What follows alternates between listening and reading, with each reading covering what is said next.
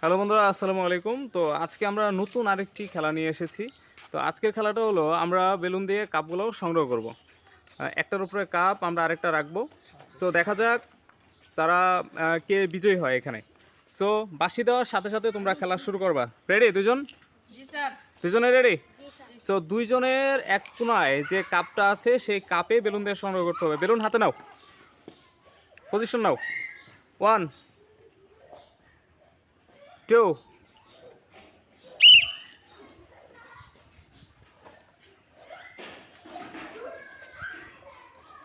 কোনোভাবেই হাত ইউজ করা যাবে না, কোনোভাবে হাত ইউজ না করে তারপরে বেলুনগুলো সংগ্রহ করো। সো আজকের মতো এই খেলায় বিজয়ী হয়েছে রাফি। তো রাফির জন্য সকলে তালি হবে।